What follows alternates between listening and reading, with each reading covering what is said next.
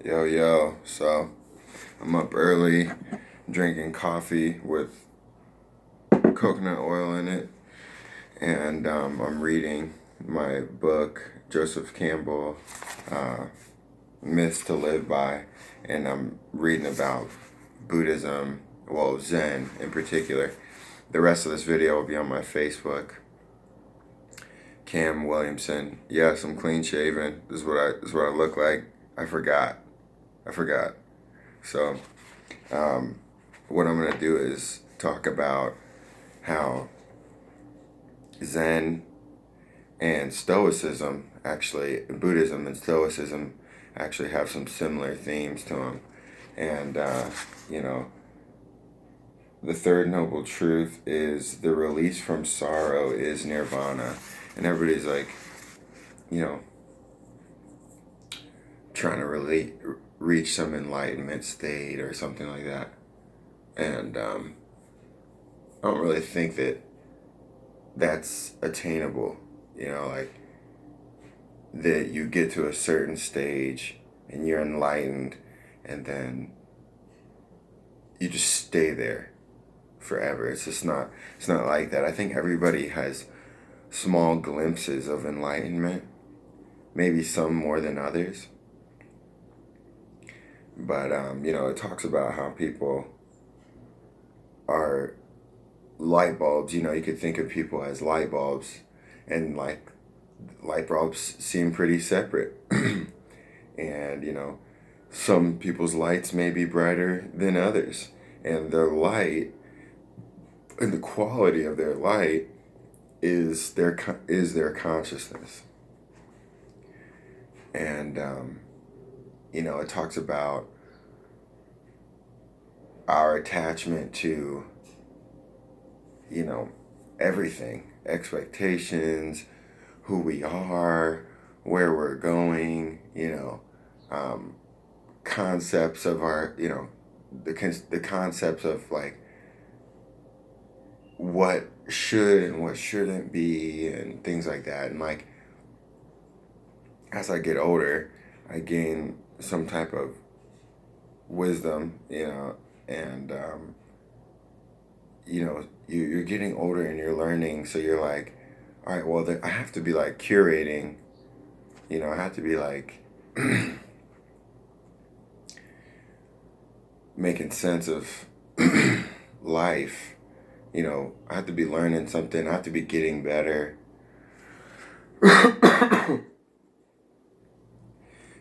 I've been into Stoicism because here's what I can control, which is very little. And then here's what I can't control, which is basically everything. Okay? Can't control outcomes. Can't control perceptions. I can't control what the weather's gonna be like and things like that. But I can control, or at least try to control, my reactions. And this is the difference. It's like one person perceives that they need help, so they cry out for help, and they wait. And like, what it references is animals, and it says that like, cats will cry out and then their mom will come and grab them by their scruff and pick them up and carry them to like the safe place. And then it talks about other animals like monkeys, and their parents come tearing down through the trees, and the little monkey is holding on to the parent's back without any help. So it talks about the two different you know mindsets, essentially. One being that I need to cry out for help to God, and the other one being like that I don't, and that I just you just take it upon yourself to work on yourself. And I identify with that one a little bit more. It's not that I don't ask for help, It's not that I don't cry out to God, because I definitely do, but I don't expect my world to change based on anything outside of me. I only expect things to get better or to get worse because what I what I do, and how I think. Um,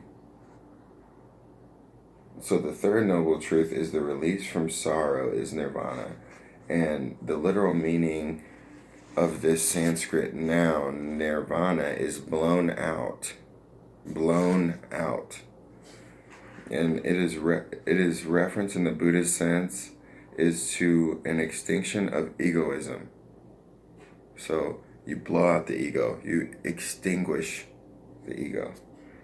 With that, there will have been an extinguished also desire of ego for enjoyment, its fear of death. So you're getting rid of like the ego's want for enjoyment. You're getting rid of the ego's fear of death, because we don't ever die. We don't ever die. We're not separate. And people could argue with me all they want. Like, people obviously die. They go away. They're not here anymore. I don't believe that you can kill life. I just think that it transforms into something else constantly, and even though there's no, people would say that there's no proof. I mean, have you ever ate mushrooms and started a fire before? Because I have. And when I was doing it, I was on green grass, and I'm reaching over and I'm grabbing this kindling, these twigs. I'm snapping these twigs that are very dead. It's like it's cold outside, and I'm like, I need these small branches that are dead. For what? For fire. I take these so-called dead branches, take them, throw them in the fire, a la fire, a la energy, a la transformation of energy, and that goes up into smoke, and that smoke breaks down into carbon, and that goes into something else. Like,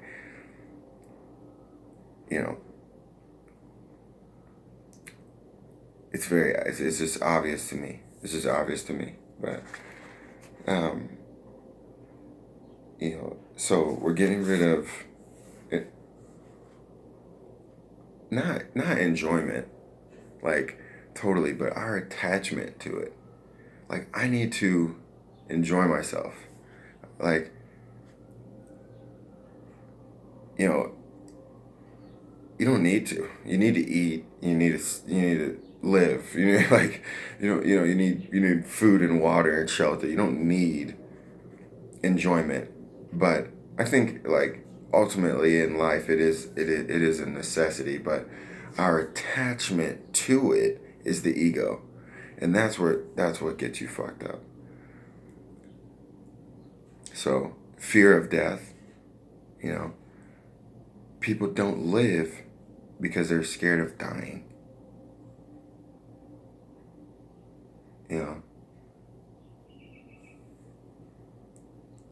In the sense of duties imposed by our societies. The sense of duties imposed by our societies. It's your duty, Cameron, to go to college. It's your duty to pay taxes and everything else like that. I don't mind, like, paying tax. I don't know where any of my tax money actually goes, but I don't really mind. One person, Gary Vaynerchuk, and he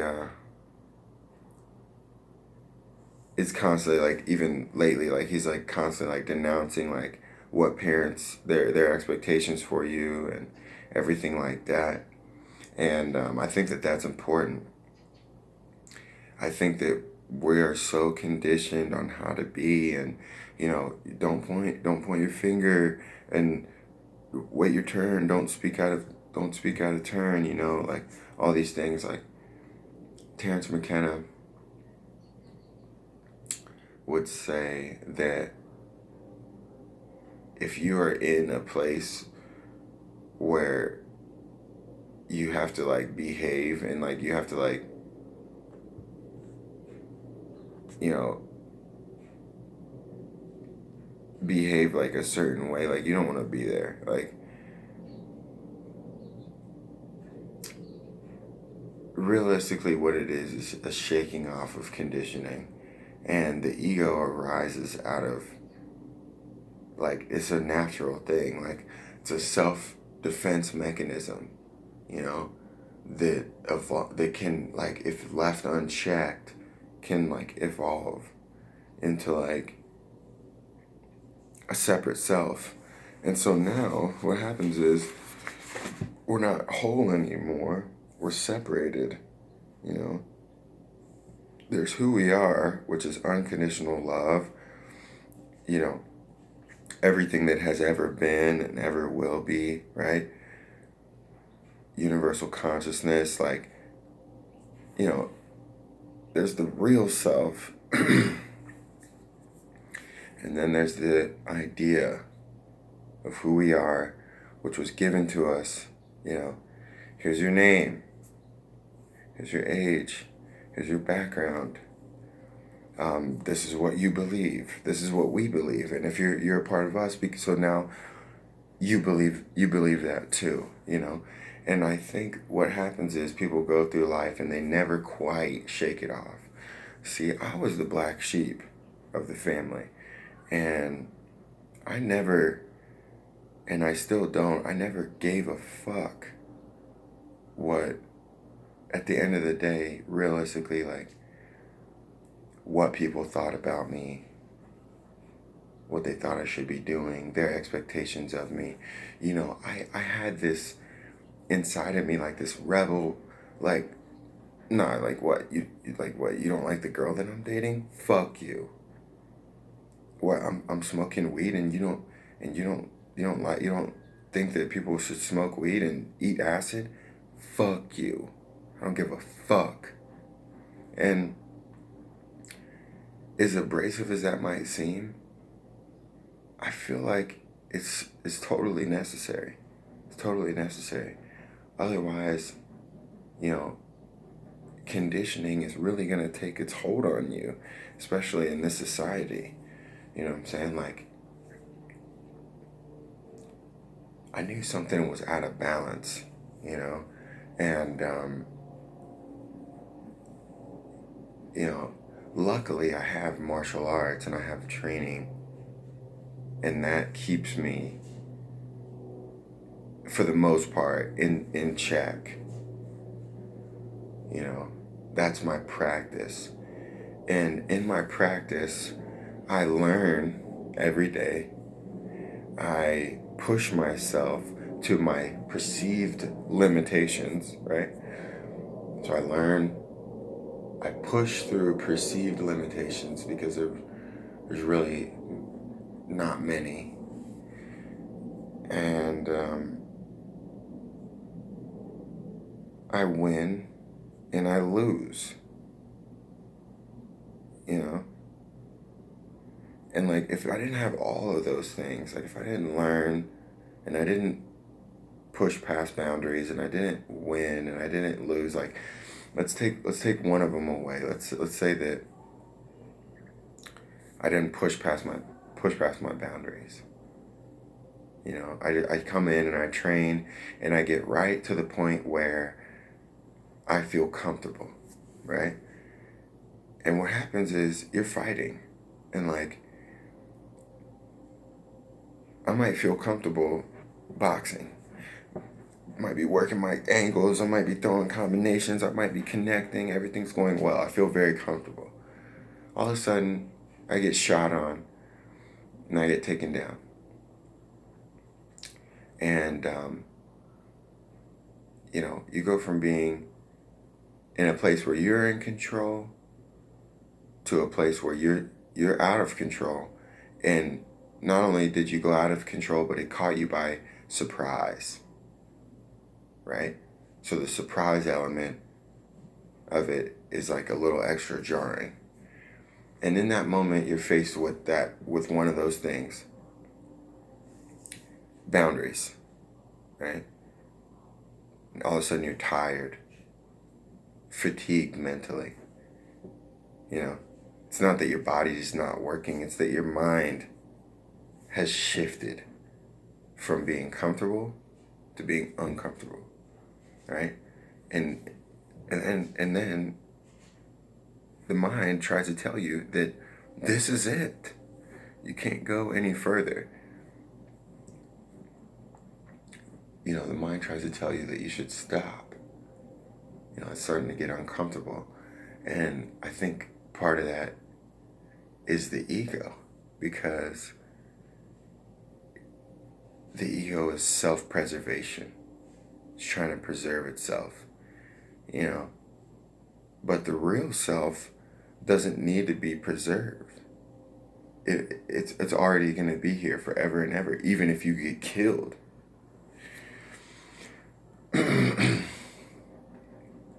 So you get taken down and you're in half guard, and then like the window of opportunity to push past your boundary is like splitting hairs. It's like so razor thin. Like, I feel like a lot of people miss that opportunity, but for people in competition, people who train, it's there every day. It's there every day. Thank God, luckily, So you're like, there you are at your edge, your perceived limit.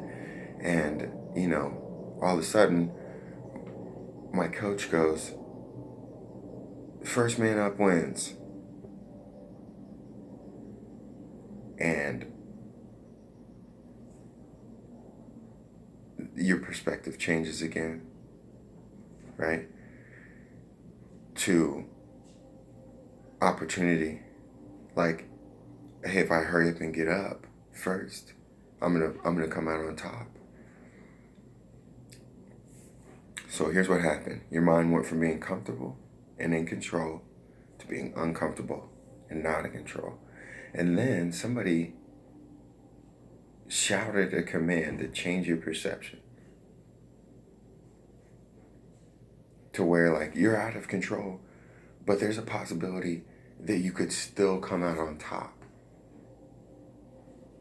All of a sudden, because your perception changed, you have all this energy. I pop up, pull out of it, pop up. I'm up. I'm up first, and I got an ankle. You ain't getting up.